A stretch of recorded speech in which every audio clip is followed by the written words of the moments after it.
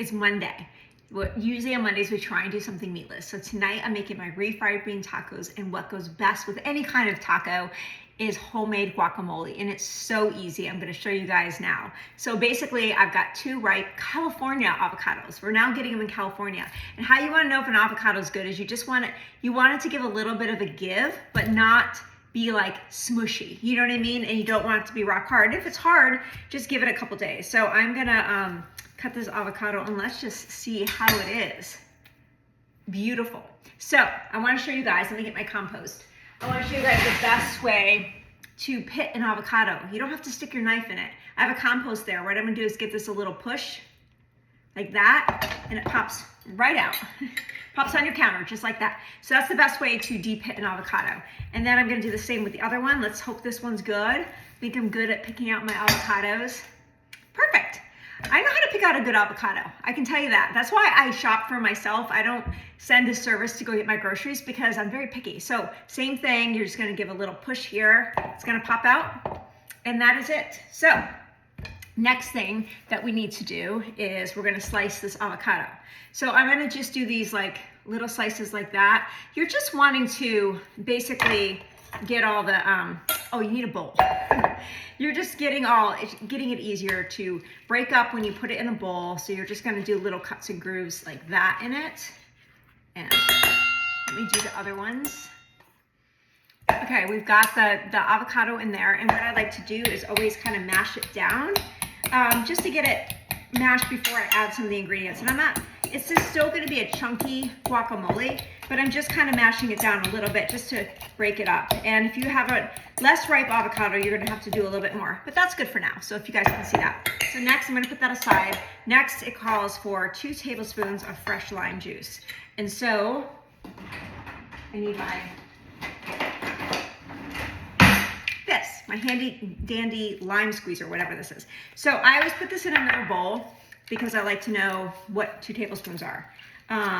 You know, some people just put it right in there. This is usually roughly, a lime is usually 2 tablespoons, but again, I'm precise because I am a recipe developer and I have to be that way for you guys. And when I do this exactly the way it is on my recipe, it always comes out great. So I've got a tablespoon here, so 2 tablespoons fresh lime juice. Now again, I may add more if I decide, you know, it needs more lime.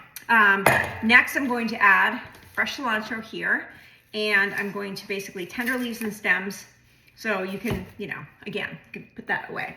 And I'm just gonna really mince this up. This is gonna be a 1/4 cup of cilantro. Did you guys know the best way to rinse cilantro is to take a bowl in your sink, fill it with water, swish it around, empty out the water, do it again until the water runs clear. It's just the easiest way to rinse actually any herb is by doing that. So I'm gonna mince this. There we go with that. That looks minced enough. So I'm gonna do a 1/4 cup, and that is a 1/4 cup. I'm gonna throw that in, okay? So far we have, by the way, if you guys don't have one of these, this is just a pastry cutter, but I find myself using it all the time just to clean up. You know, that was the biggest thing in chef school. They're like, clean up your station, clean up your station. So I'm gonna toss those because I'm done. Next is a teaspoon. Again, that's why my kitchen flows this way. So if any of you are wondering, this is where I keep my measuring cups, my measuring spoons. This is where I keep all my other accessories, my bowls down there. Everything's close to me. So I need a teaspoon of Celtic Sea salt. You could use coarse or fine. By the way, here's my bowl. I'm adding that to it. So far, we got 2 avocados, 2 tablespoons lime juice, a teaspoon of coarse or Celtic Sea salt, and then a 1/4 cup of fresh cilantro. And again, guys, I'll link to my recipe. I have this on my website. So cut this onion. So now I need 3/4 cup of red onion. I love the kick of flavor a red onion gives this. It just tastes so good. You can slice an onion whatever way works. This is the way I slice it. So I take a sharp knife and I just cut some little grooves here. And you're gonna keep the root end on tack there. Do the same with the other half. And now I'm going to just kind of just chop it, like slice it like that.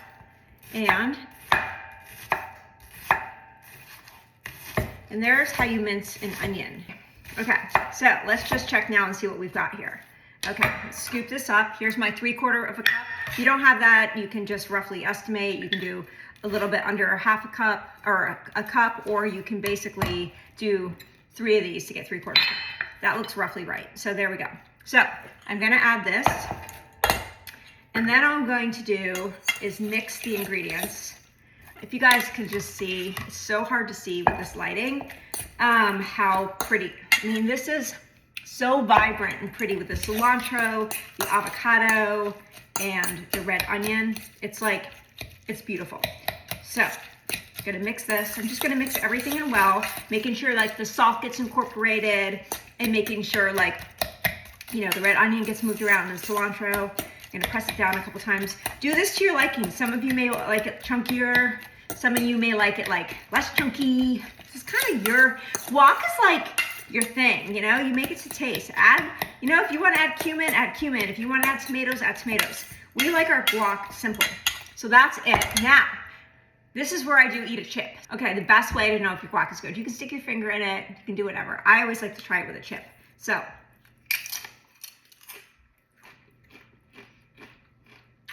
it's perfect.